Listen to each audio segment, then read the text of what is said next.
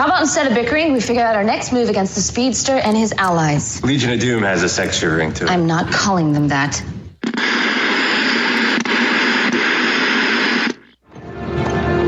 Is it smaller than a Quinjet? That's classified. And yes, considerably. It all started when we blew up the Time Pigs, the Time Masters. Now history's all screwed up, and it's up to us to unscrew it up. But half the time we screw things up even worse. So don't call us heroes, we're something else. We're legends. Who writes this crap anyway?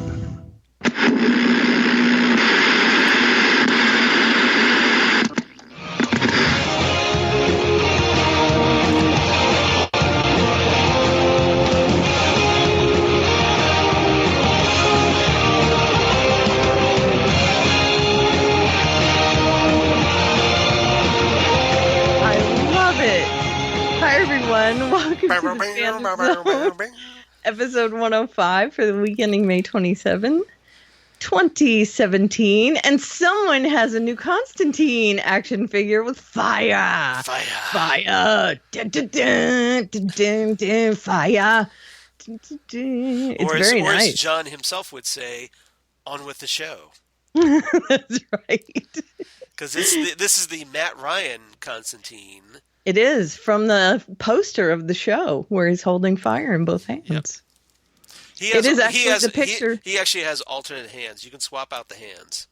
That's awesome. This action figure. But I thought this would be cooler because you could do the...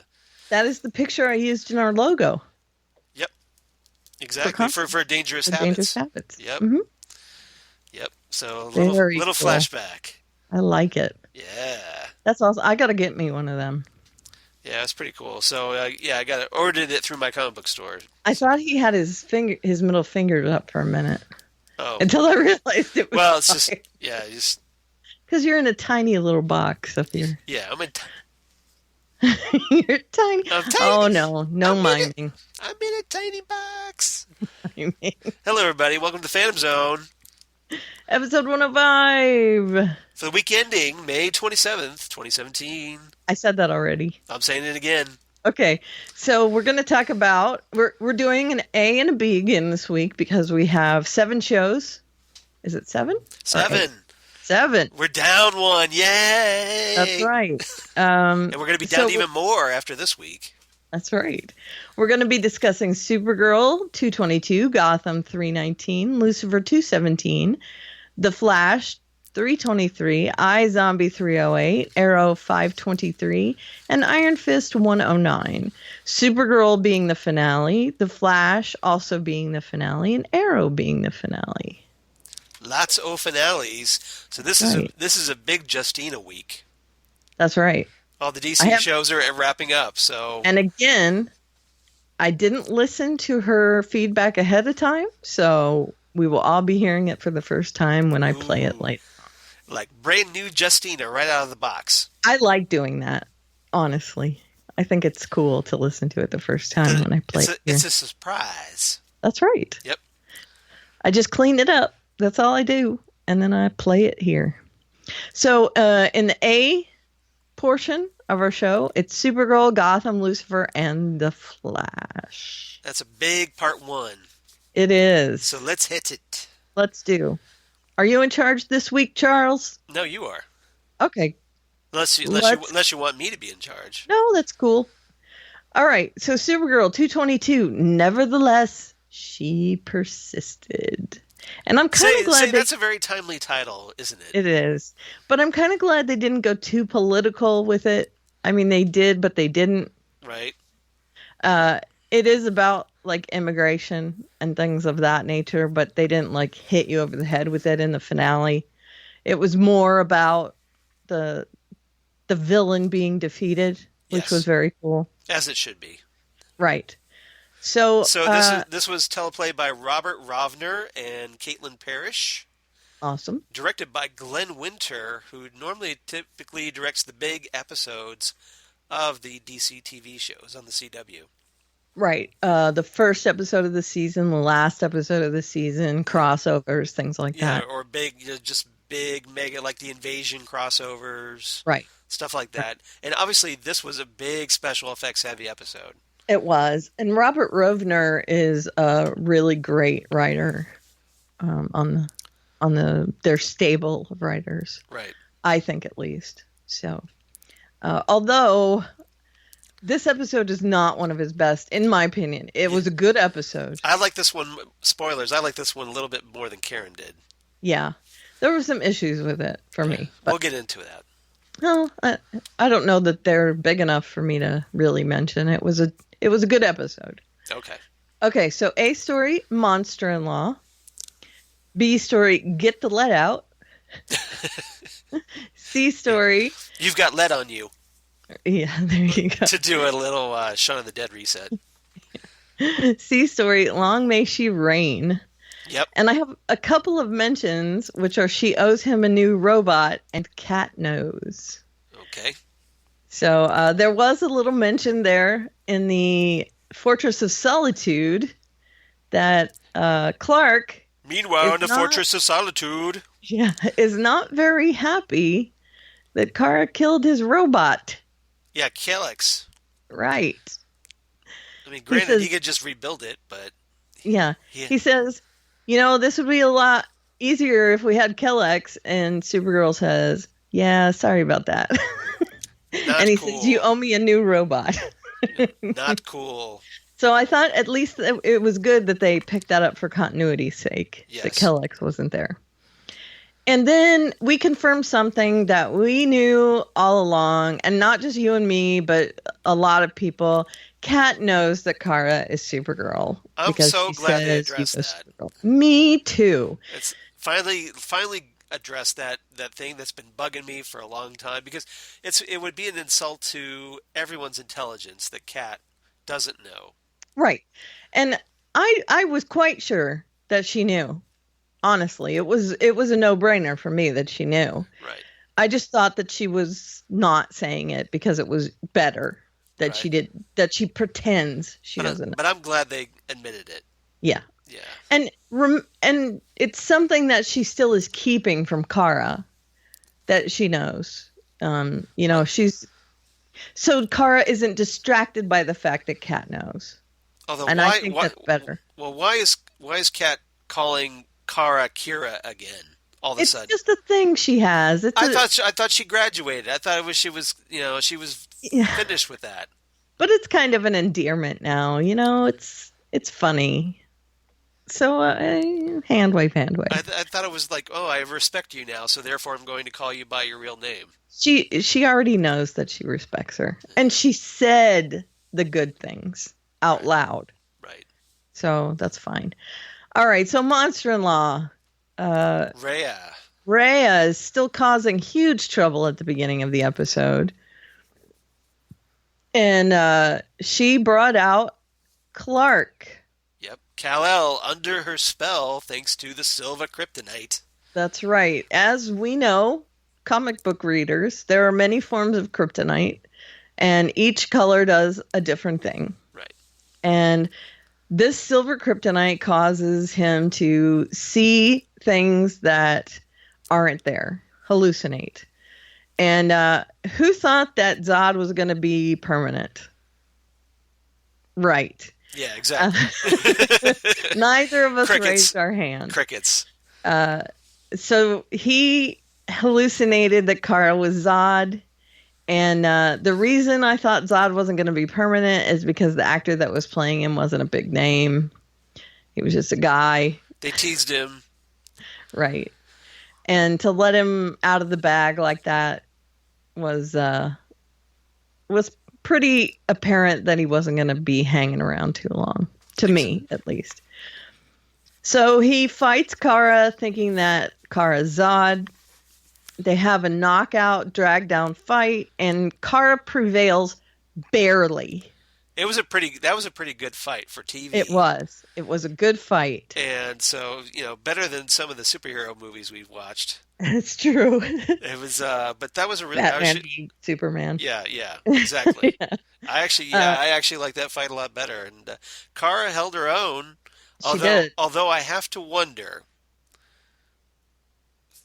physically, Clark is a head taller and has at least 50 pounds on her. Right. There's no real way she should beat him. I'm thinking, and even though he said the kryptonite didn't do anything to him strength-wise, I think it might have. See, that would at least even it up, in my opinion. Right. As if, okay, because he's under the influence of the Silver K, then that's why he's not at the peak of his game. Right. Plus, he had been on the ship for a little bit, and as we learn later, they are laced with regular kryptonite. So maybe he was exposed to that green kryptonite a little bit longer than everyone else, so he was weakened. Maybe. Because Rhea reveals later that she is laced with regular kryptonite. I think I would have liked to have some explanation, at least in the episode, about what would make it a more fair fight. Right. Well, because think about it, because Clark has more experience. Oh yeah, I think he would have won in a fair fight. He's got more raw power, and compared, male versus female, he's going to be physically stronger. Right. I think there was something that caused it, and I know he said the silver kryptonite didn't do anything, but that doesn't mean he's right. Right. So, I just choose to believe there was something, either the silver kryptonite or the green kryptonite from the Daxamites. One of those two. Kara fought smarter. That's true. And she wasn't fighting a foe that she didn't think she was fighting. Right. Does that make sense? Yeah. She was fighting Clark, and Clark was fighting a hallucination. Yeah. So there was that too. So he was reaching for someone as tall as he was, and not getting. Maybe he would punch over her because he was expecting somebody physically taller. Right. So he would miss a lot of punches. He was overreaching. Right, and, exactly. Yep. Could be things like that too, yeah. Yep, I agree. Because he was hallucinating. And as we know, hallucinations don't make for good fights. Nope, but they make for great Legion episodes. They do. They do. Oh, man, I miss Legion. I've been watching Legion again on Hulu. Have you? Yes. Oh, man. I should do a rewatch. I watched a little bit of Legends of Tomorrow last night. It's worth it. Yeah, I'll have to do that. I have a lot of stuff I should watch, though. Okay, so they do have that fight, and Kara wins, but he sobers up, and they... it's all good. Yeah, he's back on board. Yeah, so thankfully he's not under her spell throughout the entire episode. Right. And they go back to the DEO, where now Jean has woken up, thank goodness. Right. After he has called out to McGon. Yep. So we get the return of Miss Martian. That's right. Which I was glad to see. I was too. That was awesome. And when they go to the Fortress of Solitude, I'm switching back to Clark and Kara. Yeah. When they go to the Fortress of Solitude, they find out that there is a rite where Kara can call out Rhea, and whoever wins. So winner gets the planet. Right. So if Kara wins, Rhea has to take all her troops and leave. If Rhea wins, then she conquers Earth. And Clark is just like, well, Kara kicked my butt. I guess she's the champion now. Right. So, and of course that happened because the name of the show is Supergirl. Right. It's her show, really. She should be the one fighting, right? Right. Plus it's girl versus girl. And silly Kara thinks that Rhea's going to fight fair. And, Kara. Yeah. And instead of Superman being her second. Yes. We get Mon-El being her second, which I guess is okay. Right. He does have skin in the game. Right. And he's pretty strong. He's got the same powers essentially as the rest of them. And he might know some tricks that his mother would use. So I think it's a decent choice. But he's also apparently gun shy, quite literally. Yes. to take out his mom. Right. But halfway through the fight, he has to leave and help the city. Run away! Oh, sorry. Did I say that? Kind of, yeah. And then also down on Earth, they are coming up with a plan to rid the planet of the Daxamites because they know that Rhea will most likely cheat. No. Right. So that is Lillian, who takes the opportunity to rub everything in her daughter's face. How could you trust her? Come on. Yeah. Because of you. That's why. I did it because of you, okay? I learned it from watching you. Yeah, exactly. So they decide to come up with this way to get rid of them, which is essentially a way that she was going to get rid of the aliens, but now they're going to modify it so it will just get rid of the Daxamites, which would be to put lead in the air. Right. And guess what? It will also cause Mon-El to leave. And they do have to resort to it, which means poor Mon-El has to leave. Although why Mon-El couldn't be in a suit that protects him, who knows? Because we've seen the Legion ring 100 times, and we know what that means. Right. So he gets in his little ship and he leaves. Which have looks like a fish for some reason.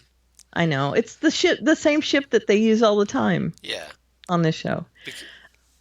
We built the ship. We might as well get some use out of it. Yeah, that's true. So he gets in the ship and leaves, but after they have a tearful goodbye, which actually kind of wrenched at me a bit. Tear. I know. It was sad, I thought. And he leaves, and he gets pulled into a wormhole. And hello, future Legion. Or is it? Or it something, is. Or something else. Will he be back in season 3? I think he will. But you think it'll be with the Legion? I think it'll be from the future, yes. Okay, so the wormhole travels through time as well. Yes. Okay, we'll see. And he'll come back. See, I'm thinking something else. Where do you think he's going? I think he's going to end up on Warworld. Do you think? Because they've been teasing that. Yeah, they have. I think he's going to end up on Warworld. I think we're going to get Mongol the next season. Oh, that would be awesome. Yeah. That I don't know for sure. That's just me speculating. But they have been pulling in that's why that's why I'm thinking that's what they're setting up. But they have also shown the Legion ring 100 times. Yeah, but we never get a payoff. We never get a payoff on we the Flash haven't for yet. That. Yeah, I think they're saving that for down the road. Okay. We'll see. We'll see. It could be either. Yeah. They've hinted at both. I hope so. I want to see the Legion. Yeah, me too. I want to, so I hope I would love to see that. I hope you're right. I'm just afraid that I'm right. Yeah. They would both be okay. Yeah. Mongol would be cool. Yeah. And then at the last moment, we see a flashback to the day that Krypton exploded. Right. And we see Kara being put in her ship. We see Clark being put in his ship. And we see on the other side of the planet some hooded figures putting another baby in a ship. Right. And they say, she will reign. It will rain. It will rain. But, well, it's a she, though. Yeah. And when they said the baby will reign, so that's like a big screaming hint about who the baby is. Well, they've already confirmed that it's Rain. Yeah, so it's going to be Rain. Well, I saw some people that were confused on Twitter about it. Oh, well, no, it's Rain. Yeah, next season. Yeah, it's this really obscure villain called Rain. Yeah. Reign. Right. But I can't remember what they're called. It's a group of... What are they called? What, the cult? Yeah. I don't know. I can't remember. We'd have to look it up. But that's okay. Do you want me to avail? World Killers. They're the World Killers. Okay. Sorry. Yeah, it's a group called the World Killers. But it's just going to be Rain, I'm guessing, next season. Because they want a female villain. Yes. So, so we're going to get Rain next season. And I think she's going to be Supergirl's Doomsday. right? That's what I'm thinking. Maybe she's working for Mongol. Could be. I don't know. I'm trying to tie that in there. Maybe pointlessly, but we'll see. No, it could be. Very much so. Yeah. That they'll tie those two threads together. I would love to see Chris Wood back next season. So let's hope. I mean, why would they put him in that wormhole otherwise? Yeah. Oh yeah, I totally agree. I thought they were just going to be like, okay, we're never going to see Mon-El again, and then the wormhole opens up, and I'm thinking, well, I guess we're going to get more Mon-El in season 3. Right. Exactly. Now we do have 2 pieces of news about the show. Yes. Okay, Maggie, what's her name? Yeah. Lima? Oh yeah, Adriana Lima. Right. Will be cutting down her role from regular to guest star next season. Yep. Recurring, probably. Right. And then... and we got a proposal. We got a sort of proposal. Yes, we got a proposal in this last episode between Alex and Maggie. But no answer. Right. And I'm guessing the answer will be no, since she's only going to be on sporadically. Yeah. And we also learned that the actress playing Lena, do you know her name? Oh, hold on. And we learned this a while ago, but she's going to be a regular next season. Yeah. So Lena Luthor will be a regular in season Season and 3. that's awesome, I think.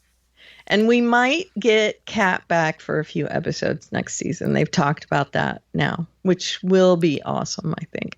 The great part about these last 2 episodes has been Kat coming back. I think she really injected a bit of energy into these last 2 episodes because I think Kat works better as a recurring character. Sure. What do you think? I could see that. Or would you rather have her around all the time, like in season 1? I'd rather have her around more than this. Okay. But I don't think we need her every single episode. I agree. Like maybe every 5th episode or something, 4th or 5th, something like that. And she could come and film them all at one time. She could come and fill her little parts. And just scatter it throughout the season, yeah. Yeah, sure, why not? Yeah. I mean, they'll have them all written, right? Yeah. Okay, did I miss anything? No, we just, we don't really find out much about Jimmy or Wynn or any of the regulars. There's a couple funny scenes with Kat and James and, some stuff around Catco, but nothing integral to the plot. That was last episode. Clark batting his eyelashes to make... At Kat. Yeah. Clark Bar. Yeah, Clark Bar. And then Kat also admits that she's never seen Star Wars, and she turned down Rob Lowe's proposal twice. Yeah, that was a great in-joke, by the way. Yes, it was. That's why I noted it. Of course she's seen Star Wars. No, hasn't seen Star Wars. She says she hasn't. Yeah, but I'm saying she has, of course, in real life seen Star Wars. Because she lives with Han Solo. Of course. All right, so what did you give this episode? I liked this episode. I thought it was really good. I thought that there was a lot of great special effects.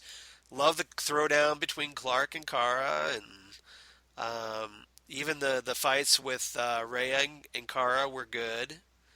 So I liked the fact that we were bringing in like a lot of characters. Like we brought back this Martian. So I give it 9 out of 10 cliffhanger wormholes. I think I'm going to bump my grade up after talking about it. I'm going to give it 8.5 chunks of silver kryptonite. You feel a little more... Yeah, after talking about it, I feel like it's not as bad as I thought. Right. I mean, I don't think it was bad at all. I'm just saying. So, Karen upgrade. Yeah, it should have been better than all the other episodes this season, and I don't think it was better than all the other episodes. I think the last episode was better than this one. Does that make sense? See, I like this one better than last episode. Okay. But that's me. I think the fight scenes were great. Yeah. So, they were better than any other I like the way that the season built up to this. Okay, cool. So, yeah. That's just me. No, that's fine. All right. We weren't too far off anyway. Yeah. Okay, so Gotham 319, All Will Be Judged. Yeah, we're in sync on this one. Yeah, we are. Written by Ken Woodruff, directed by John Baring. That's right. A story, Escape Together or Die Alone. Pearls Before Swine and The Butler did it. That's all one. Okay. She Wasn't the Head After All. Okay. Hell-bent in Leather and Injecting Herself into the Situation. Got it. So Escape Together or Die Alone, of course, would be Oswald and Ed. Yes. Who have a bit of an issue throughout the episode and ultimately decide if they want to get out, they have to work together. Right. They're basically grudgingly forced to work together. Mm-hmm. They decide they're going to become a buddy comedy. You gotta admit, that would be a great show, though. It would be an awesome show. The Eddie and Oswald show. But, yeah, there's a scene early on where, like, Edward, the Riddler, figures out how to escape from his little bird cage, but the Penguin rats on him. Yep. And he bangs his tray on the floor loud enough so that the guards come. And then he asks him, once Ed is brought back in, did they beat you? Of course they beat me. And he says, good. I mean, it's awesome. But the funny thing is, he doesn't look like he was beaten at all. No, he doesn't. But they probably did it like on his ribs or something. Yeah, but you know, still, they you probably think kicked him, he'd be moving around really sore, going, oh, ow, yeah. But I still liked it. I thought it was a funny little thing. And then they basically make this pact that, okay, we'll get out, and then once we're out, we'll agree to give ourselves like 6 hours before trying to kill each other again. A bit of a head start. Yes. Right. I mean, because it's not fair to help each other to get out only to kill each other as soon as we get out. Exactly. Right. So they do manage to get out by pretending that Ed is killing Oswald by using ketchup or whatever to slit his throat. Yeah, it was like Jell-O or something, I think. Jell-O. That's what it was, Jell-O. Right. And when the guys open up the cages, they subdue them and get out. Suckers. Right? They are suckers. And they do manage to make it outside. They have a little chat. And Ed is pretty confident that he can get away from Oswald until Oswald tells him that he has a band of merry men. Yeah. Well, yeah, because Ed is like, well, I've got the sirens, we got all this stuff. And then Penguin comes right back with him saying, well, hey, I've got all this stuff from Indian Hill. I got a bunch of monster army with me. Right. And Ed is a little rattled by that. Ed is, oh, okay. Yeah. Let me think about this for a while. Right. And Ed is... Bye. He's pretty smart. We know Ed is smart, but there's something to be said for controlled chaos. Right. And he knows that Oswald might be able to get him with that because it's unpredictable and Ed doesn't know how to handle unpredictable. Exactly. So he's got to regroup a little bit. And he's kind of glad, I think, at that point that they have a head start on each other. So they retreat to their corners, and that's pretty much the end of what we see there. Yes. Back to Bruce in the monastery, and Mr. Dude Shaman is still trying to get rid of his memories. What are you smiling about? Because I called him Mr. Dude Shaman. Mr. Dude Shaman? Yeah, I did. Are we doing this again, really? No, we're not going to do this again. He's a shaman. He's a shaman. And he tries to get him to forget the very last memory, which would be of his mother. And of course, it's the pearls. Because that was the one thing. And remember, we brought that up a week ago. Yep, we did. We talked about the pearls. He's like, okay, what about, because, he locks up this thing from his dad. Right. His father's watch, or cufflinks, yes. Thank you. But we're like, okay, what about his mom? Where's the pearls? Yeah. Where's his mom? And here they are. Right. And the iconic thing, of course, are the pearls. Yes. Because those are the ones that every time there's a flashback of the Waynes getting murdered, you see Martha Wayne's pearls dropping in slow-mo. Scattering. Yeah. I don't think that's been left out of any iteration. It's so iconic. Right. Yeah, you have to include and that. it's really the perfect metaphor for them being destroyed. Yes. Is her pearls. They're shattered. Yes. Yeah. And pearls being like a luxury item and them being rich and that sort of thing. I mean, it's just perfect. Yeah, there's lots of ways you could analyze that. Right. But so that's why it's so great as a representative tool. Story tool. And they're pure, they're white. He sees his mother as like, the pure part of himself. And it's innocence lost, Right, exactly. Loss of his parents. It's the perfect metaphor for everything. Et cetera, et cetera. Right. So he has the pearls in his hand and he cannot give them up because it's the last thing that he remembers about his parents now. And the guy just cannot stop poking at him throughout this episode until finally Bruce puts them in the safe. Right. And we do have the end of that. And back in Gotham, 5. And Bruce is now under his spell. Right. 5 is still in the mansion, but Alfred... The jig is up. Right. Alfred and Selena, who are both clued in, confront him at the same time, essentially. She shows up and Alfred is ready to confront him. So there's a bit of a fight, kerfluffle. Yeah. Yeah, apparently 5 kicks Alfred's ass. Right. Again. And Selena's. And runs off. Right? Yes. And then Selena, and this is the butler did it. Selena and Alfred have a bit of a fight where they should really be united trying to find Bruce. Well, Alfred wants to be united. Yeah. But Selena is being Selena and doesn't want anything. She's all acting indifferent because she's Catgirl. I know. But Alfred's an adult and he shouldn't rise to the bait. Right? Well, his patience is probably this thin with her at this point. I guess, but he compares her to her mother, and that's it. Yeah, that was the low below. That was low. Yep. Right? Yep. And that is why the butler did it. He did it. I mean, comparing her to her mother is like the worst thing he could have done, and that was it. She left, and so he's alone, and she's alone. And they don't have any way to find him because 5 is off. And so Alfred goes to the precinct, and we'll have a follow-up there. Right.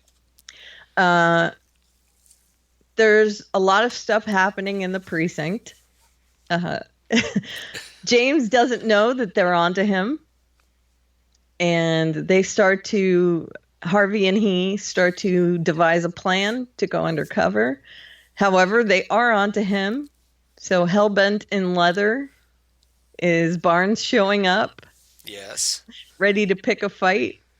And this is when James realizes, the gig's up. And he rampages. Rampage! Terms of enrampagement start. It's clobbering time. Right. Oh, excuse me. We'll be judged. Right. Things happen. Things happen. I see what you did there. Right. At one point, Catherine shows up as well and is very disappointed. Yes. That's pretty much her thing. She's cool and all that. She's in an interrogation room as they have Barnes sequestered somewhere else. And Alfred comes in and Harvey is so dumb. Yes. He lets it slip that she's in an interrogation room. Yes. And he says, no, not her. No, we don't have her in the and Alfred is off. He's ready to go and interrogate him about where Bruce. So interrogate apparently, her about then Alfred becomes the bad cop in the interrogation room. Yeah, she says bad cop, and he's like, what you don't know is I'm not a cop. I'm a butler. Right. And then immediately stabs her in the hand. That was so awesome. Right. Right? Stabs her right in the hand. Little did we know that was just a paper cut compared to what was going to happen to her in this episode. Pretty much, yeah. So, and we don't really get much out of her. So at least they don't have to worry about a lawsuit. That's true. Because there's a slight breach of interrogation protocol there. A little bit. Just except for the fact that he's not a cop. That's true. But still, the fact that they let someone into the interrogation room and stab someone while she's being interrogated. Under their care, yeah. Yeah. So, she gives up a little bit, but not too much. She says that she's not the head of the Court of Owls. Right. Which is, nothing big. They probably could have guessed that on their own. That's when Barnes shows up. Right. So Barnes shows back up, and they have this huge confrontation. And he basically just trashes the entire police headquarters. Total rampage this time. Yeah. And they redirect his anger onto Catherine, because Catherine needs judgment now. Yes. And before they can get everything out of her that they want, slice. Yeah. And Catherine's head comes clean off. Because Barnes just now happens to have this axe for a hand. That is awesome. Well, it's a glove thing. Yeah, it was a glove thing. Yeah. Maybe not so much now. Yeah. Because what happens is that Gordon gets a shotgun and blows away Barnes's axe hand. Right. Shoots that clean off. Including the hand. Right. So. And Barnes isn't pleased. Yeah, he's like looking at his little stumpy arm going, However, he escapes. Yes. So there's that. I'll be back. Right. And then they find out that, they talk to Alfred a little bit more. They find out that he had an owl as well. Owl statue. The crystal owl, yeah. Yep. Which they had found a copy of. They bring it in, and they find the map on the owl. And there's going to be more about that, I'm assuming. Yes. Then they go into the ME room, where there had been some samples of Alice Tetch virus, but it's gone now. And then flip to Lee. This is my face palming moment. Yeah. Who is having a hallucination of Mario. Well, Lee is just going this downward spiral. Yep. Because I hate Gordon so much, even though everybody keeps throwing logic at me that, it's not his fault because he was trying to save you from crazy Mario. Right. She wants to blame anyone, really. And her options are becoming fewer and fewer. So once again, Jim Gordon ruins another perfectly good romance. Right. Ruins another perfectly good female. Exactly. So just like Stabby Babs goes off the deep end, so does Lee Tompkins. Right. And she injects herself with the tainted Alice Tetch blood. And her eyes get all infected. Right. Yeah. So, great plan. Yeah. And that's all that happens in this episode. And we're left on that cliffhanger-y thing. Where's Barnes? What's going to happen to Lee? Right. What's happening with Bruce? Let's just remind everybody that Lee is the one in the comics who finds Bruce after his parents are murdered and becomes like one of his staunchest allies. I know. I know. Yeah. But then also Barbara becomes James's wife and has kids with him. That girl, yeah, so, exactly. Yeah. Just tell yourself it's all an Elseworld, people. It is. Yep. Yeah, I'm all right with it. Yeah. It's Elseworld. Right. It's Elseworld Batman. It's not Batman. Yeah, the story's great. Yeah. So, all right. So what did you give this episode? I gave it 8 out of 10 crazy glued owl statues because, hey, we just happened to put those shattered statues back together to get the map. Hey, Lucius is pretty good. Yep. They made a mold of it. Still. And then they made one without crazy glue. Right. I give it 8 broken wine glasses because in a symbolic sort of spilled blood thing, just before Lee injects herself, she tosses a wine glass on the floor that looks like spilled blood. Yeah. So again, another metaphor. Right. That's what I said. Yes. I know. I was agreeing with you. Look like Mario's blood and all that. It's a Mario. It's a Mario. Okay. Sorry. Okay, so on to Lucifer, 217, Sympathy for the Goddess. Yep. A play on Sympathy for the Devil by the Rolling Stones, probably. Right. Yeah, it is. Written by Joe Henderson, showrunner, and directed by Louis Melito. Awesome. Okay, You Are His Sunshine. I like that. Thank you. You are his sunshine, yes. my only sunshine. But spelled with S-O-N, yeah. Obviously. B story is Charlotte deals a sick burn. Right. And I have a couple of C stories. Will Dan be a new daddy? Sometimes white lies are good, Lucy. Tell me lies, tell me sweet little lies. Yeah. Let me just talk about that for a minute. Okay. Dr. Linda. Yeah. Not the most ethical of doctors in the world. No, finally Dr. Linda is getting called out for all of her ethical shenanigans. I think she's a good doctor, That started with season 1. Remember when she was banging Lucifer on the side for therapy, free therapy? To be fair. Yes. Lucifer has powers. I understand that, but in the real world... It's not ethical, I get that. Yeah. But Lucifer compelled her to do that. I understand that. Right. Now, the stuff she's doing now is a whole different story. Of her free will, yes. Right. Like, I don't know, killing Lucifer in the hospital to... Mm-hmm. Yeah, and breaking him out of a mental institution, and So we have this ethics chairman who tells Dr. Linda, or basically tries to get a handle on the situation, or at least tries to learn more.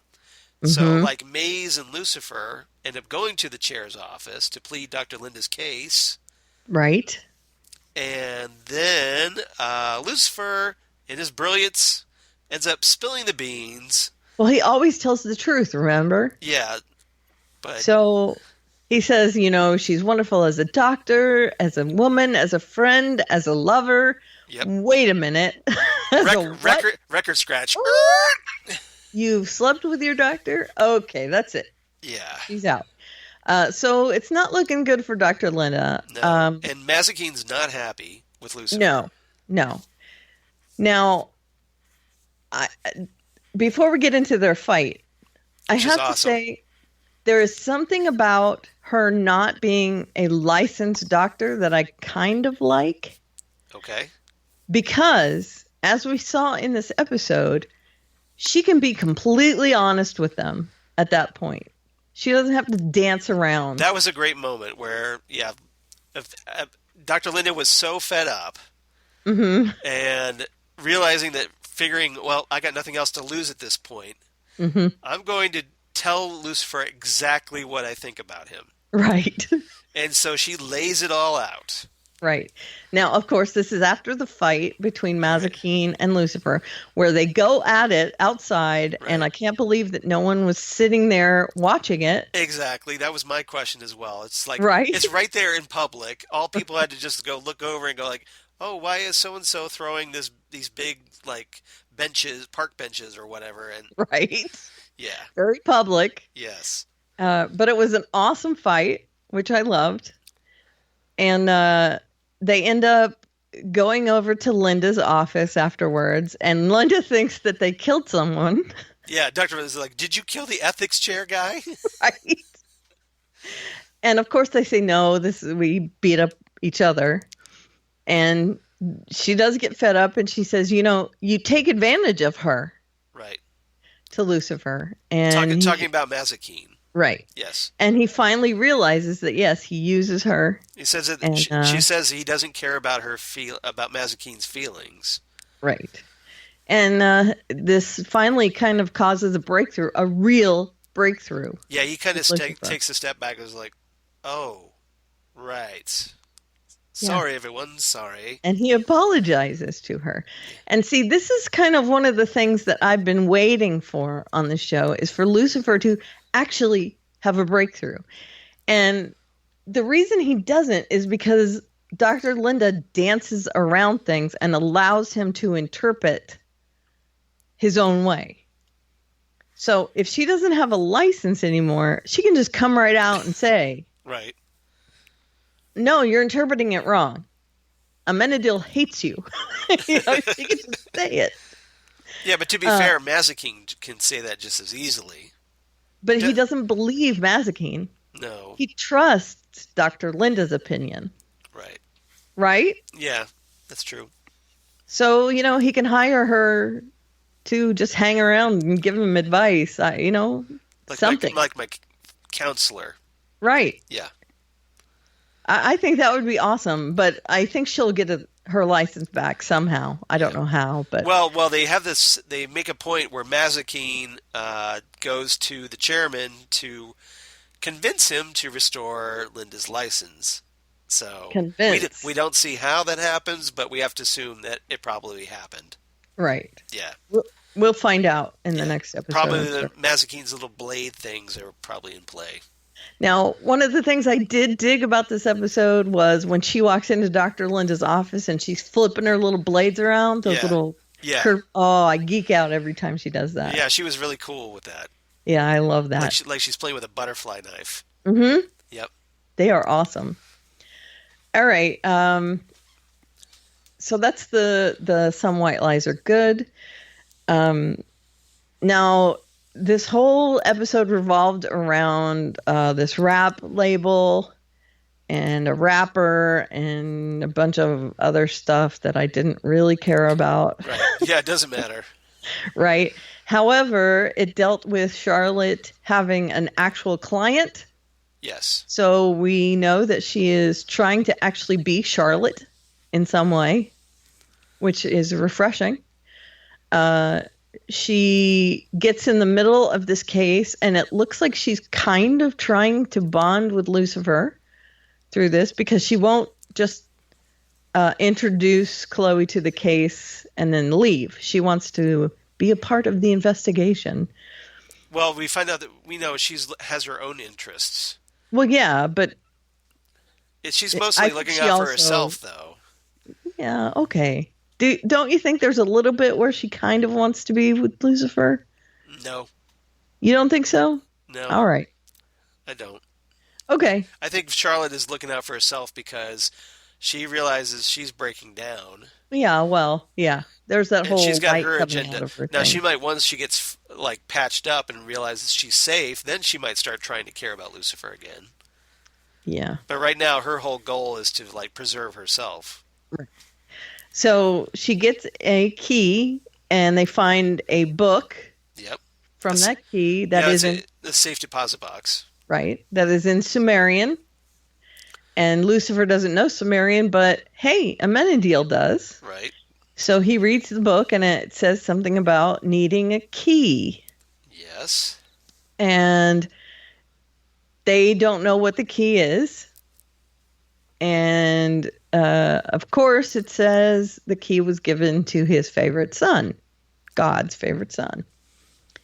And they hold up the knife, and it's not Lucifer's ring, which is what they thought it might be, but it is Amenadiel's necklace. Yes.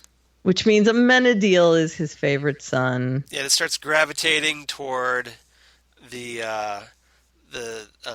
blade. Right. Like it was a magnet. It's a magnetic attraction almost. Right. And Lucifer doesn't look happy. No, it's like, what? Realization. Amenadiel's God's favorite son? Yeah. Not down with that. Right. Because Lucifer has always been God's favorite son. Yeah. So there's that. And then Charlotte, through this whole case, has been kind of a a central figure in it. And at the end of the episode, the rapper shows up and stabs her in the stomach. Yeah, Chet. Right. And as she takes her hand off of the wound, a light comes out. Yeah, it comes spewing out, and crispy fries, Chet. That was pretty cool because his head is all like barbecued, and then he falls back, thud. Right, and he's a pile of ashes. Yes, it was very awesome, actually. So we know that there's something going on with Mommy where she needs to get back to heaven, and so what does she do? Like duct tape that shut, or what? I don't know. Lucifer has now let in Linda and Maze on his plan to lock the door behind his mom. Right. Let her into heaven and then just lock the door. So they both know that. Maze is still unhappy that he didn't let her in on that to begin with. Yes. So there's a little bit there, but he did apologize to her, which is good. Yeah, they're just going to have to work out these trust issues. Right. Yeah. All right, so that's it for this episode, pretty much. Yeah, pretty much. I'd say so. Okay, so what did you think? I liked it. 8.5 magnetic necklaces. Yeah, I liked it too. And I like the twists that the story is taking when they find each piece of the sword or knife or whatever. Yep. I gave it 9 safety deposit box keys. Yep. Next week, the season finale. Tomorrow, yes. Yeah, in real time. Tonight and tomorrow. It depends on where you live. Yeah, it's airing tonight in Canada. Right. And tomorrow in America. Okay, so The Flash, 323 finish line, the season finale. And you and I are a bit different on this. Yeah, I was kind of wondering if we would be. So, written by Aaron and Todd Helbing, who traditionally write the big episodes of The Flash. Directed by David McWhirter. Aaron Helbing will not be with the show next season. But Todd will be? Yep. Interesting.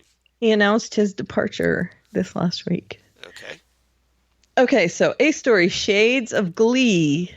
Yes. Because he gets to be a bad guy in this episode. Yeah. Working for the Wormhole. That's Cisco. Right. Why don't you stay? And that's them trying to get... Just a little bit longer. That's right. That's them trying to get him to stay and be a good guy. Which, however, I was a little thrown stupid. by that. Yeah. Yeah.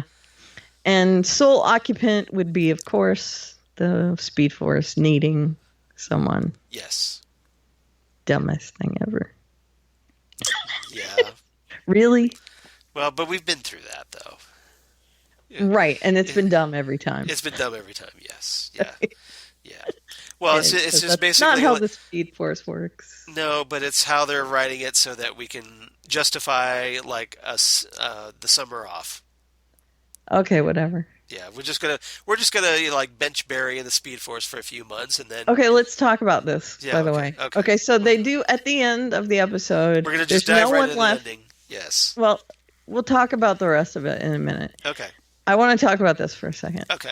There's no one left in the Speed Force because they pull out Jay. So, which is awesome to see Jay again. So Jay's back in play, which is great. Right, and where's Jesse, by the way? Because that's a good question. Where was Jess? We could have used her. Yeah, we could have used her help. Yeah. And her dad came back, so why? Yeah, where was she? Right. Okay, anyway, so Jay came back. Point. And so there's no one left in the Speed Force. And as they have set up, we need someone in the Speed Force. So there's earthquakes and all this other stuff. And he volunteers, Barry volunteers to go into the Speed Force. So, okay, fine, whatever. However, it's dumb because that's not how the Speed Force works in the comics at all. Right. The Speed Force is just the Speed Force. It's an Elseworld. I get that, but it's not supposed to be an Elseworlds. This is supposed to be based on the comic book, right? For the most part, not always. Right. Yeah, I know, but still. I mean, if you've got, like, Jay Garrick suddenly looking exactly like Barry's dad, because he's from another dimension, it's not following the comics. That's not a big deal. Okay. Honestly, that he looks like his dad on another planet, on another universe. But the Speed Force being completely 100% different than any of the comic iterations is a little stretchy to me. And also the fact that when the headline on the newspaper changed, it said Iris Allen West. Iris West Allen. Yes. Whatever. Yes. Hello? Yeah. So how is it Allen when he went into the Speed Force? Well, because remember, that happens years down the road. So all Barry has to do is come back. They resume. They get married in season 4 or wherever. Right. And so why are they even worried about him going into the Speed Force then, if they know he's going to come back? I agree with that. But, see, that's what I'm saying. These are the things in this episode that bug me. But they're forgetting this because they're caught up in the emotion of what's going on. I see. So they're not thinking, at that point, they're not thinking this out logically. At that point, when he goes into the Speed Force, yes, she should have remembered, oh, wait a minute, we still get married because my name's on the paper with his last name. And she should have gone in the room to double check and then go, oh, okay, so we just have to find a way to get him out of the Speed Force. Right. And maybe she will. No, she won't. Just not right now. She won't, though. Okay. They're going to panic, and then he's going to be back right at the end of the first episode of the next season. Yeah, we'll see. I think what's going to happen is season 4 starts. We'll have Wally acting as the Flash. Right. He might have a new suit. No, he'll still be Kid Flash. No, I think he'll actually have a Flash suit. Do you think? The red one? For an episode. His own suit. His own Flash suit. Okay. He'll be trying to take over for Barry. Maybe it'll be going great. Maybe it won't. And then we'll get hints at the end of the first episode that Barry's coming back. Okay. I think he'll be back. Yeah. By the end of the first episode. We'll see. Do you think Harry will stay? I think it's possible. Because it would be really stupid to okay, we're going to get yet another Wells, number 4. I think Harry will stay. I think Harry will stay. Because that means Jesse will be more in play. Right. So.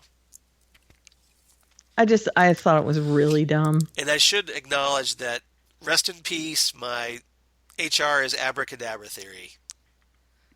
Again, that bugged me as well. You were a great theory while you lasted. Yeah. But that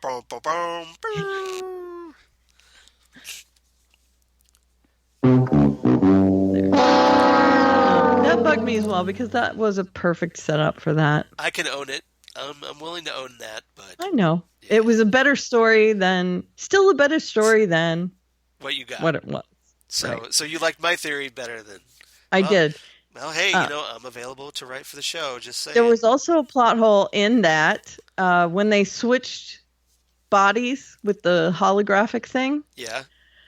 Iris was up on the roof as HR. Yes. And she took the pork pie hat off. Really?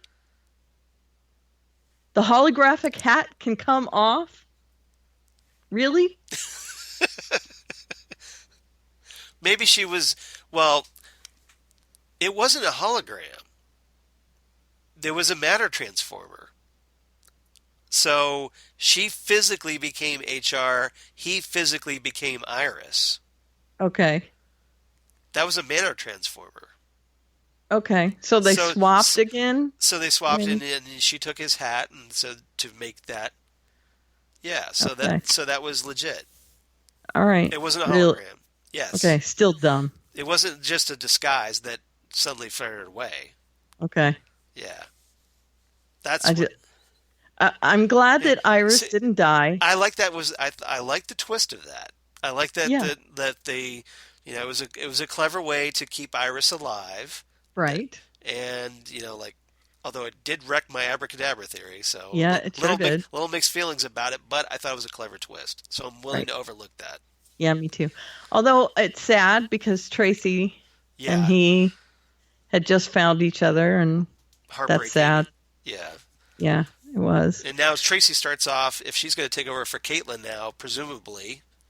And I'm all for that because I love Ann Dudick. But now she's going to start off on a really dark path. Yeah, let's hope that she stays on the show. Unless she gets a romance with Harrison. I'd be all right with that. Right. Because Harrison doesn't have anybody. They're similar. There's character traits that maybe she'll find attractive because she was attracted to HR. Mm-hmm. And that could also start with sandpaperiness because he's not HR. Exactly. So there'll be that initial friction, but they'll work it out. Mm-hmm. So, exactly. That would be cool. So we'll see. I am 100% on board for Tom Felton staying on as well because I think he did a great job, even though they pretty much ignored him in these last few episodes. Yeah.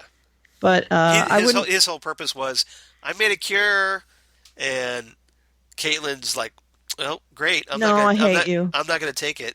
Right. Right. But I liked him for the most part in this season. Go ahead. Well, I was just gonna say I'm glad they didn't hit the reset button with Caitlin.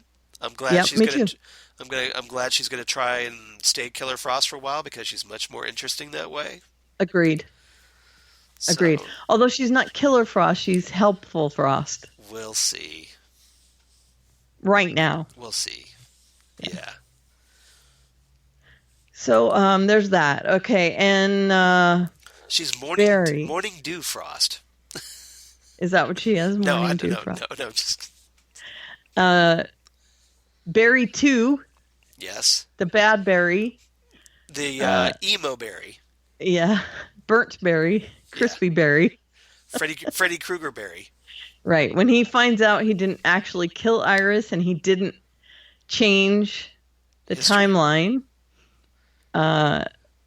he is a little upset. No, that actually changed the timeline because he didn't kill her. Right. Okay. Yeah. That's true. So that was a big to Emo Barry because it's like, oh crap, I'm going to fade away from existence now. Right. So he has to take Cisco, and he takes Iris, and why he didn't just turn around and kill Iris to get things back on track, I have no idea. Again. Yeah. Do you see my grade? I see your grade.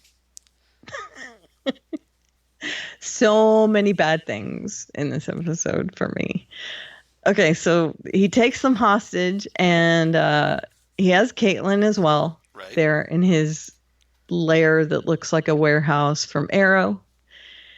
Because it probably is a warehouse from Arrow.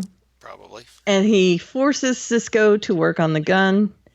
And this was one of the worst plot holes of this episode because, number one, he threatens to kill Caitlin if Cisco doesn't work on the gun. Because he knows Cisco cares about Caitlin. He could threaten to kill Iris. Yes.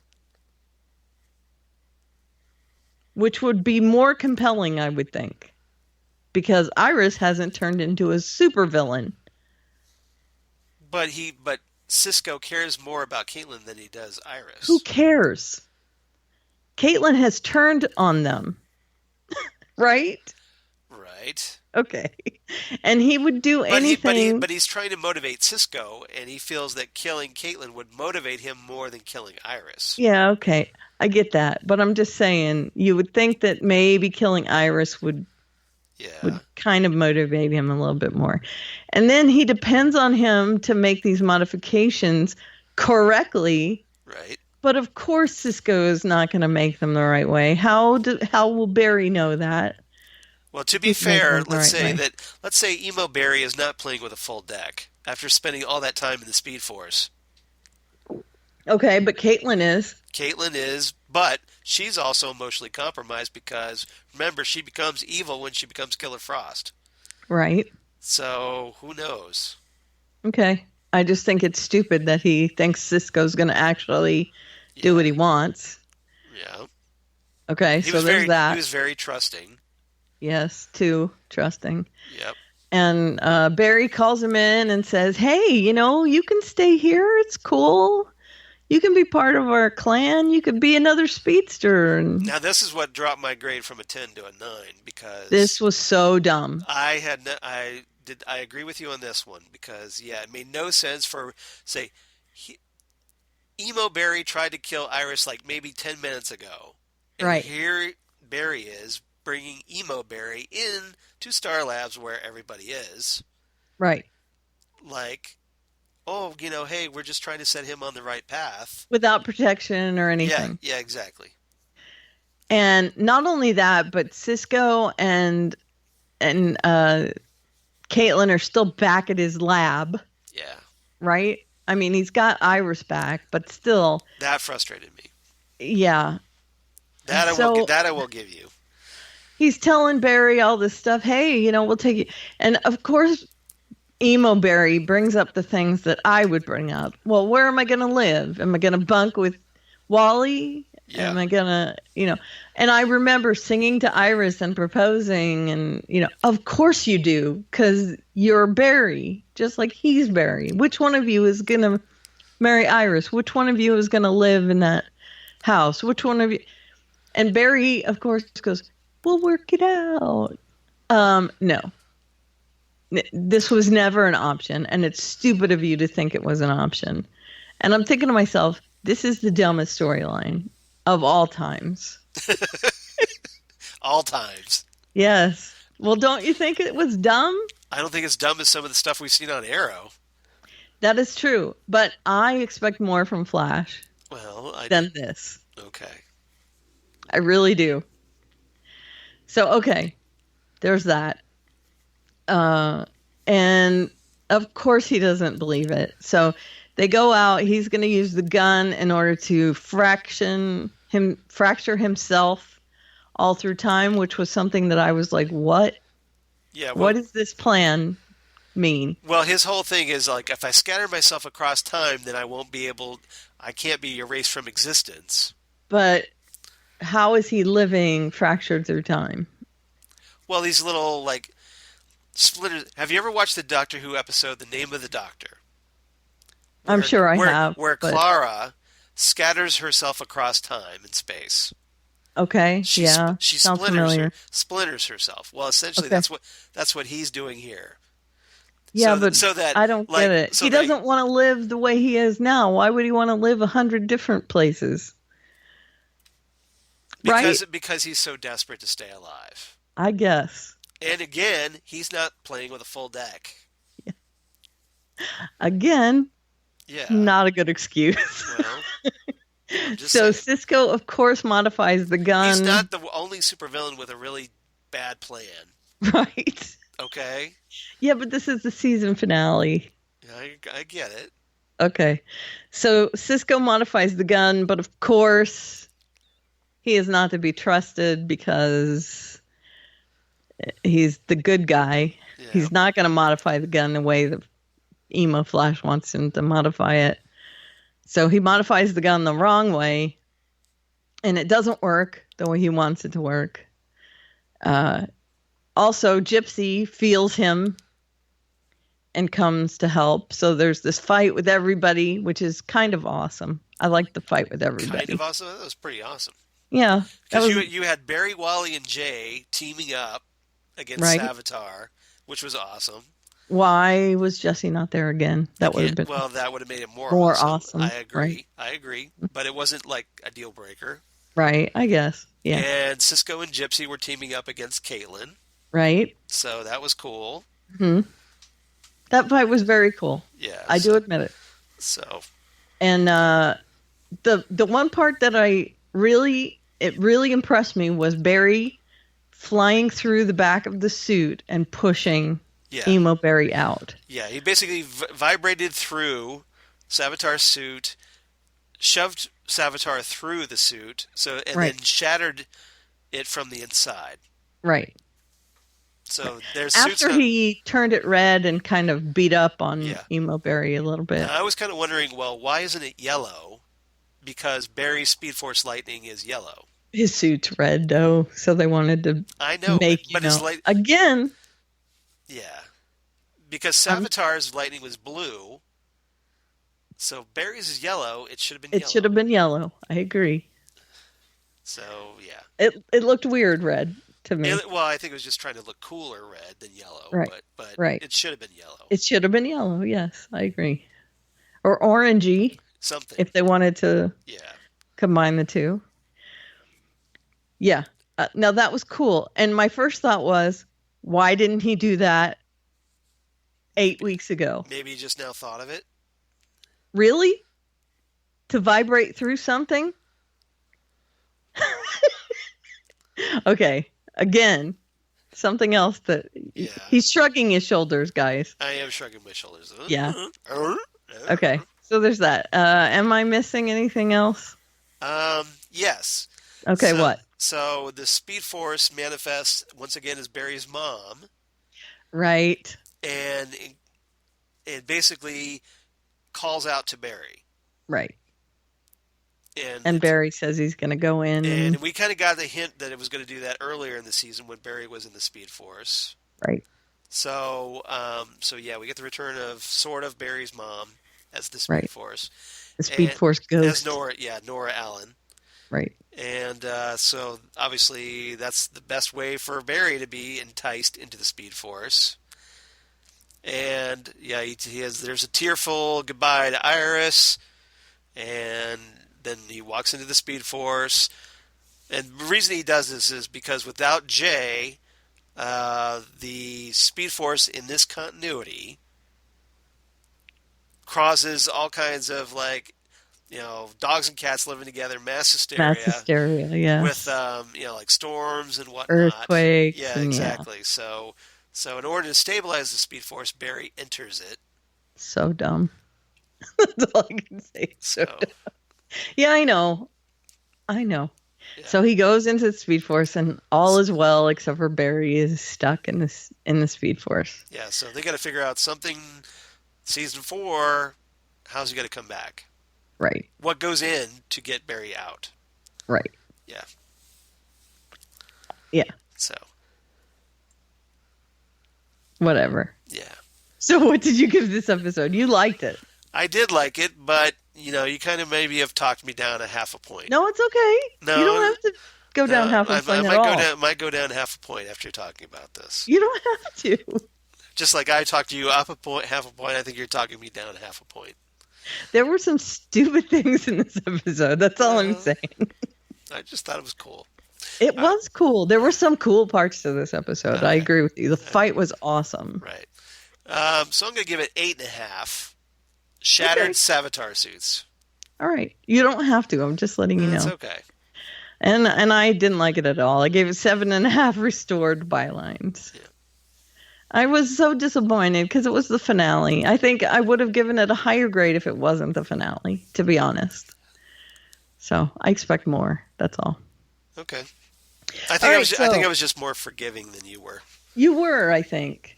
And Flash is a good show. I think, again, that's why I grade it low, because... That's okay. You can grade it however you want. Because I love the show. I'm not going to judge you because of how you grade it. Yeah, I know. Okay, so the end You're perfectly entitled to your opinion. You don't need me to validate it. Shaman. Okay, so... Shaman. That is the end of part 1. And sorry we ended such a down note, guys. It's all right.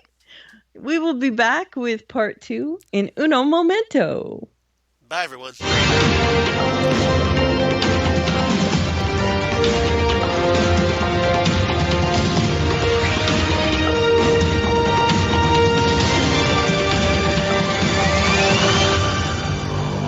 Wow, wow, wow. Constantine, wow.